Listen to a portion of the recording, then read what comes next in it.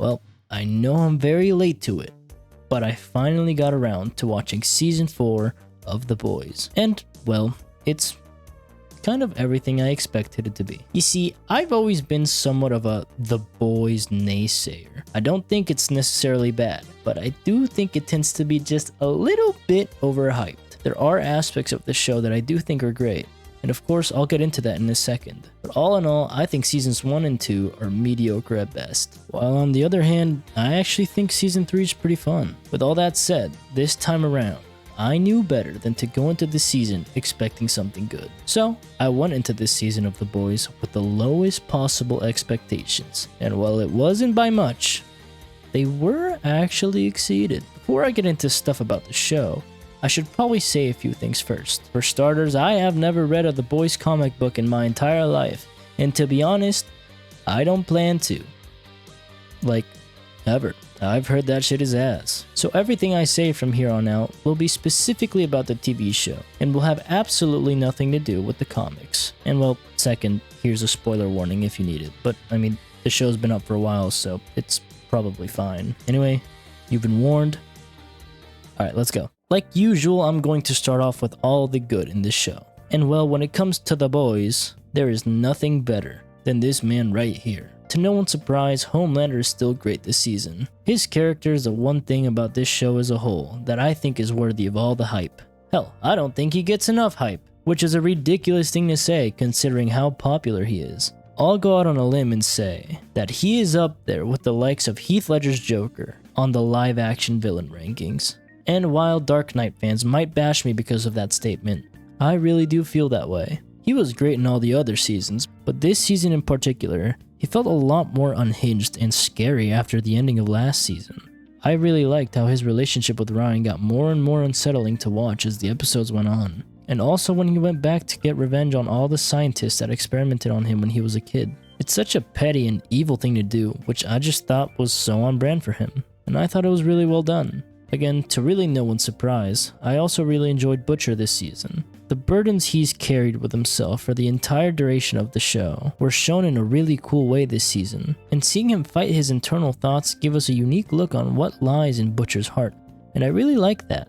I thought it was a nice touch. Kimiko and Frenchie were also very solid this season. Seeing them both facing their past and learning that while they may not be able to outright solve each other's problems, they can always lean on each other for support. It was very captivating, and I was very happy to see their romantic relationship finally get on a roll from this. Although, quick negative, I thought getting Frenchie out of jail so early was kind of dumb. It really negated a great character moment for him, but that's really it. All these characters were great, which again, wasn't really a surprise because they were pretty good in all the other seasons. But the one character that genuinely surprised me, due to the fact that he is my favorite part about this season, was A-Train. Here's a fun fact about me. I am a sucker for a good redemption story. Seriously, a lot of my favorite characters in fiction had a redemption story. And well, A-Train's was really good. As the past seasons went on, you could kind of see that A-Train was changing little by little. It was subtle, but you could tell something was up. Seeing him finally switch sides and help the boys out behind the scenes after his fight with his brother was really satisfying,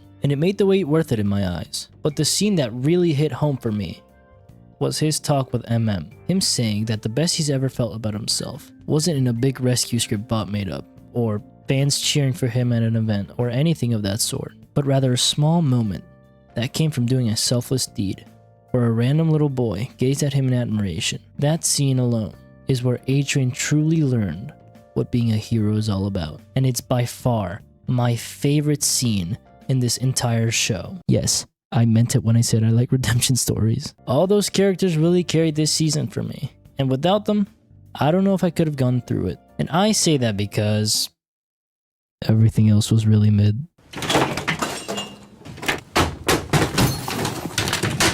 Since we're kind of already on the topic of characters, let's talk about Huey and Starlight. In past seasons, Huey was always kind of my favorite character because I saw him as the heart of the team. Violence isn't really his thing, he both sucks at it and doesn't really like it, but in the important moments, he always pulled through no matter how scared he was, which made him both brave and dependable. But this season he felt really absent. The subplot with his parents wasn't bad in and of itself, but it felt really out of place to the point where it would kind of kill the pacing for some episodes. We'd be in the middle of an intense scene and all of a sudden, we cut to Huey reconnecting with his mom. I thought those moments should have been put elsewhere. There are also moments in this season where it feels like Huey got reverted to his season 1 self. This is not the face of a man who threw hands with the Homelander 1 season ago. And as for Starlight, they kind of try to make you feel bad for her this season during everything Firecracker does to destroy her reputation. But to be honest, I kind of don't. You were kind of awful to her.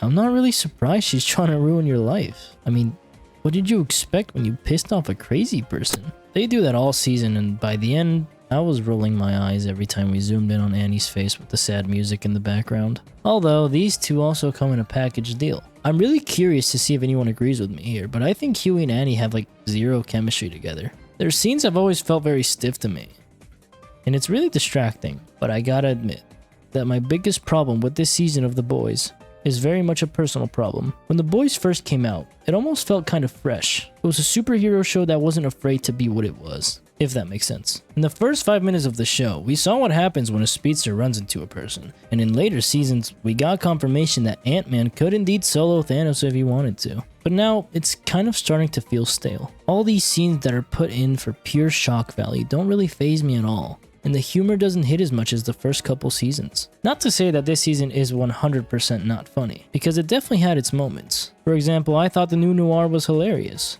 which I think is due to the fact that he's a new addition to the show, so it's fresh and fun to watch. I feel like in order for this show to stay afoot, it needs to implement a lot of other new things in order for it to keep its charm. Sage, Firecracker, and all that didn't really do it for me, so I don't really have an answer for that problem. At around episode 6, when Huey went through whatever the fuck that was, I completely stopped looking for flaws to criticize in the show, because I really just didn't care anymore. I kind of just leaned back and tried to enjoy it for what it was, and considering where my expectations were to begin with, I ended up not hating the last few episodes of this season. Overall, this season has some good, it has some bad, but most of all, it has a lot of nothing. I struggled a lot to care about anything big or important this season tried to show me, and I think that's mainly because this show has run its course. It had its time in the spotlight, and I think it's time to put a bow on it. But you know what?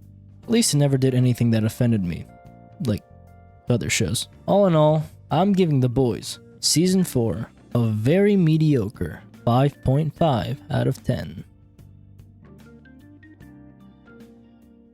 Well, I'm definitely gonna make some people angry with this review, but thanks for watching. If you enjoyed, go watch another one of my videos if you want. Anyways, I need a nap, so yeah, bye.